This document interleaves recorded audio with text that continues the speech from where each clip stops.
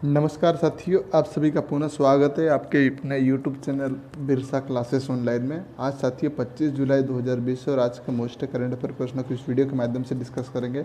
आज वीडियो का अपलोड करने में कुछ समय लग गया, जिसके कारण माफ़ी चाहूँगा। साथियों आज के पहले प्रश्न की बात करते हैं हम लोग। देखिए, माइक्रो फाइनेंस इंस्टीट्यूट्स नेटवर्क के नए निदेशक किसे बनाएगा? आलोक मिश्रा, अमिताभ कांत, कुलदीप बावा, गोविंद राजालू। तो इसका सही उत्तर है आलोक मिश्रा। आलोक मिश्रा को माइक्रो फाइनेंस इंस्टीट्यूट्स नेटवर्क के नए निदेशक के रूप में बनाया गया है। अब डिटेल में हम लोग चर्चा करते क्या है, तो देखिए ये इनको वर्तमान सीईओ कौन है? हर्ष श्रीवास्तव के इस्तीफा देने के कारण इनको मुख्य कार्यकारी अध्यक्ष नियुक्त किया गया और इनकी नियुक्ति कब से होगी? 1 अगस्त 2020 से लागू होगी। अब इसका मुख्यालय कहाँ पर है? माइक्रो फाइनेंस इंस्टीट्यूट्स का गुड़गांव हरियाणा में। तो साथियों इतनी जानकारी हो गई। अब अगले प्रश्न की ओर हम लोग बढ़ते हैं। तो दूसरा प्रश्न क्या है, ध्यान से सुनिएगा। किस देश ने मंगल के लिए अपना पहला स्वतंत्र मिशन तियानवे लॉन्च किया है? चीन, रूस, अफगानिस्तान और ताइवान। तो इसका सही उत्तर है इस प्रश्न का चीन। देखिए डिटेल में हम लोग चर्चा करते क्या है, तो चीन ने स्वतंत्र रूप से अपने पहले मंगल मिशन तियानवे को सफल रूप से लॉन्च किया है। इसको कहाँ से लॉन्च किया? दक्षिण चीन के हेनान प्रांत स्थित वेसांग स्पेस लॉन्च सेंटर से लॉन्च किया। और चीन के सबसे बड़े व्हीकल मार्च रॉकेट 5 से लॉन्च किया है। इसका 5 टन वजनी अंतरिक्ष यान तियानवे का लॉन्च किया है। ये 5 टन इसका वजन है।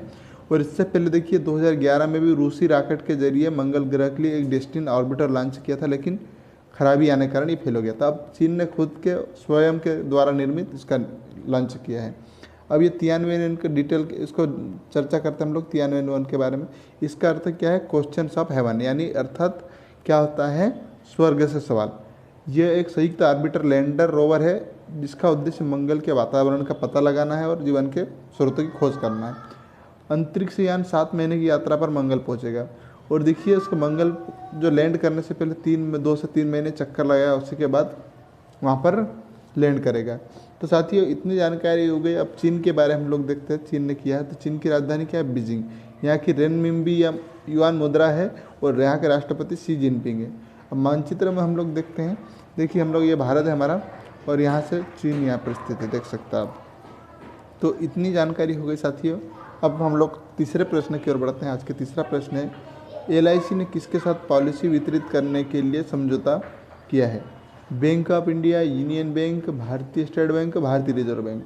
तो एलआईसी ने यूनियन बैंक ऑफ इंडिया के साथ में पॉलिसी वितरित करने के लिए एक समझौता किया है। डिटेल में हम लोग चर्चा करते क्या है ये, तो भारतीय जीवन बीमा निगम, इसका इंग्लिश में नेम क्या? Life insurance corporation of India, और यूनियन बैंक ने कॉरपोरेशन बैंक आंध्रा बैंक के साथ अपने विलय के बाद एलआईसी पॉलिसी को वितरित करने के लिए कॉरपोरेट एजेंसी के साथ समझौता किया है।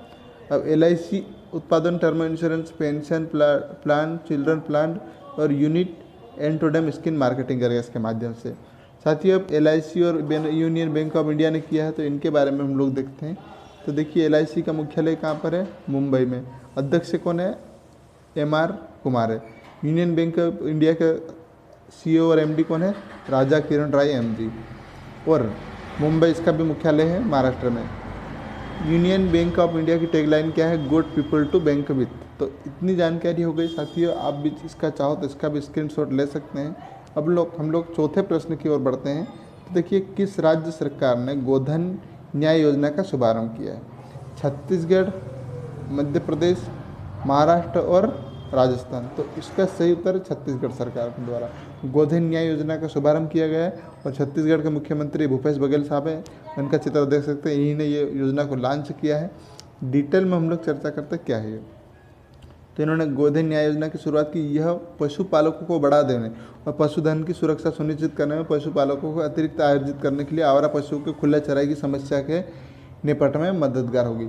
और इससे क्या होगा कि जो ग्रामीण लोग हैं उनको प्रोत्साहित किया जाएगा और गोबर इकट्ठा करने के लिए इनको, इससे अर्थव्यवस्था में भी सुधार आएगा। और इससे क्या होगा? पशुपालकों से 2 रुपये प्रति किलो दाम की दर से गोबर खरीदा जाएगा सरकार द्वारा। और महिला स्व सहायता समूह फिर इसे सुरेश कृत्रिम खाद तैयार कर जिसे 8 रुपये किलो प्रति ग्राम किसानों को बेचेगा। तो इससे कुछ लाभ होगा, इसीलिए इसको किया है। हम लोग अब छत्तीसगढ़ ने किया है, तो छत्तीसगढ़ के बारे में देखते हैं हम लोग। कर लीजिए। देखिए छत्तीसगढ़ की राजधानी क्या है? नया रायपुर, अटल नगर है। मुख्यमंत्री कौन है यहाँ पर? भूपेश बघेल। और 1 नवंबर 2000 को इसका गठन हुआ था, मध्य प्रदेश से अलग हुआ था। और अनुसुईया उइके यहाँ की राज्यपाल है। विधानसभा की सीटें 9 हैं और राज्यसभा की 5 सीटें हैं और लोकसभा की यहाँ पर 11 सीटें। इसका अन्य नाम क्या? धान का कटोरा के नाम से भी जाना जाता है। और प्रश्न कई बार मध्य प्रदेश से पूछे जा चुके हैं, तो इसको ध्यान रखिएगा। और यहाँ पर प्रमुख राष्ट्रीय उद्यान की बात करें तो इंद्रावती राष्ट्रीय उद्यान, कांगेर राष्ट्रीय उद्यान और गुरु घासीदास राष्ट्रीय उद्यान। आप देख सकते हैं छत्तीसगढ़ यहाँ पर स्थित है और मध्य प्रदेश के उत्तरी भाग में स्थित है। तो साथियों इतनी जानकारी हो गई। इसके बाद हम लोग अगले प्रश्न की ओर बढ़ते हैं। इसका भी स्क्रीनशॉट लाना चाहो तो आप ले सकते हैं ले सकते हैं। अब छत्तीसगढ़ को मानचित्र हम लोग देखते हैं। छत्तीसगढ़ यहाँ पर है, ये झारखंड के साथ सीमा साझा करता है, ओडिशा के साथ साझा करता है, आंध्र प्रदेश का सीमा साझा करता है, तेलंगाना के साथ सीमा साझा करता है, महाराष्ट्र और मध्य प्रदेश के साथ सीमा साझा करता है। तो इतनी जानकारी हो गई। अब हम लोग 5वें प्रश्न की बात करते हैं आज के हम लोग। तो किस बैंक ने फेस मास्क और सैनिटाइजर वितरित करने के लिए अभियान शुरू किया है? Bank of India, Punjab national bank, भारतीय स्टेट बैंक और भारतीय रिजर्व बैंक। तो जो पंजाब नेशनल बैंक है, इसी ने फेस मास्क और सैनिटाइजर वितरित करने के लिए अभियान शुरू किया है। डिटेल में हम लोग चर्चा करते क्या ये। तो देखिए कोविड-19 को फैलने से रोकने के लिए फेस मास्क और सैनिटाइजर वितरित करने के लिए एक देशव्यापी अभियान शुरू किया है पंजाब नेशनल बैंक द्वारा। और इस अभियान में इसका शुभारंभ किसने किया? केंद्रीय परिवार कल्याण मंत्री हर्षवर्धन सिंह, जो कि WHO की एग्जीक्यूटिव चेयरमैन हाल ही में बनाए गए हैं। तो आप इसको ध्यान रखिएगा। PNB द्वारा यह अभियान कॉरपोरेट सामाजिक जिम्मेदारी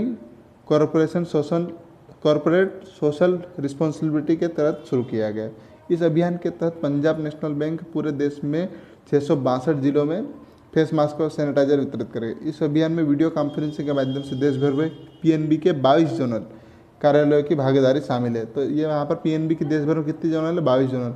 तो इतनी जानकारी हो गई साथियों। अब हम लोग पंजाब नेशनल के बारे में देख लेते हैं। इनके CEO और MD कौन है? SS मल्लिकार्जुन राव है। इतनी जानकारी हो गई। हम लोग अब 6वें प्रश्न की बात करते हैं आज के। तो हाल ही में भारत में SAP के नए अध्यक्ष और प्रबंध निदेशक किसे बनाया गया? आनंद मिश्रा, गुरमीत लामा, राजीव कुमार और ऋषि कुमार शुक्ला।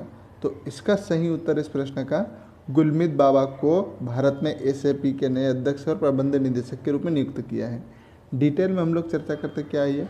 तो गुरमीत बाबा को systems applications and products in data processing यानी SAP के द्वारा भारतीय उपमहाद्वीप के लिए नया अपना अध्यक्ष और प्रबंध निदेशक नियुक्त किया है। और यह किसके स्थान लेंगे? देवदीप सेनगुप्ता का स्थान लेंगे। कुलदीप पर SAP के पारिस्थितिक तंत्र के कर्मचारियों और ग्राहकों के लिए एक असाधारण अनुभव प्राप्त करने और सेवा विस्तार करने का जिम्मा होगा। साथ ही क्या होगा? वो भारत, बांग्लादेश, श्रीलंका में डिजिटल प्रमुख दृष्टिकोण को अपनाने के लिए व्यवसायों को मार्गदर्शन भी करेंगे। और गुलमित सीधे SP एशिया पैसिफिक जापान के अध्यक्ष स्कॉट रसेल को रिपोर्ट करेंगे इसके माध्यम से यहाँ से। और अब SAP के बारे में देखते हैं। इसके CEO कौन है? Christian Klein. इसकी स्थापना कभी थी? 1 अप्रैल 1972 और इसका मुख्यालय कहाँ पर है? वेनहाइम, जर्मनी। तो इतनी जानकारी हो गई। आज के 7वें प्रश्न की बात करते हैं हम लोग। तो किस देश में आपातकालीन चिकित्सा सेवा शुरू करने के लिए भारत ने समझौता किया है? म्यांमार, थाईलैंड, मालदीव और भूटान। तो इस प्रश्न का सही उत्तर है मालदीव। मालदीव ने आपातकालीन जो चिकित्सा शुरू करने के लिए भारत ने समझौता किया मालदीव के साथ में। डिटेल में हम लोग चर्चा करते हैं मालदीव के बारे में। इसके बाद हम लोग मालदीव को मानचित्र के माध्यम से भी समझेंगे। तो देखिए भारत और मालदीव ने मालदीव की राजधानी कौन सी? माले, यहाँ आपातकालीन चिकित्सा शुरू करने के लिए एक समझौते पर हस्ताक्षर किए। आपातकालीन चिकित्सा सेवा द्वारा पड़ोसी देशों के लिए $20 मिलियन का अनुदान सहायता के तहत वित्तीय पोषित की गई है। भारत में अप्रैल 2020 में विदेशी मुद्रा स्वैप सहयोग के तहत मालदीव के लिए $150 मिलियन की वित्तीय सहायता का विस्तार किया है। भारत ने सेशल, मॉरिशस, मालदीव, कोरोमास देशों को चिकित्सा आपूर्ति, खाद्य पदार्थ, आयुर्वेदिक दवाएं प्रदान करने के साथ साथ में ऑपरेशन सागर भी शुरू किया था। और इसका इन देशों में सहायता की तो उसका क्या नाम था? ऑपरेशन सागर। तो साथ ही इसको ध्यान रखिएगा। और इसके अलावा मालदीव में जो भारतीय लोग फंसे थे उनको निकालने के लिए ऑपरेशन समुद्र सेतु का भी शुभारंभ किया था। बहुत बार प्रश्न पूछा जा सकता है, इसको ध्यान रखिएगा। हम अब आज मानचित्र के माध्यम से अब उसको मालदीव को समझते हैं।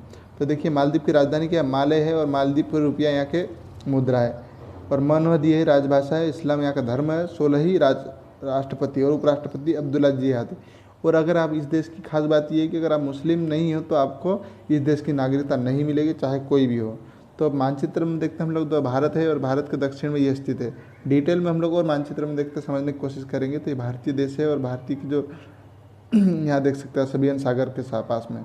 तो इतनी जानकारी होगी साथियों। ये हिमालय है, मालदीव की राजधानी छोटे छोटे उसमें द्वीपों में है, और इसी को मालदीव कहते हैं। तो साथियों अब वीडियो को यहीं समाप्त करते हैं। वीडियो पसंद आया तो लाइक और शेयर जरूर करें। धन्यवाद। जय हिंद, जय Bharat. Have a nice day. आपका दिन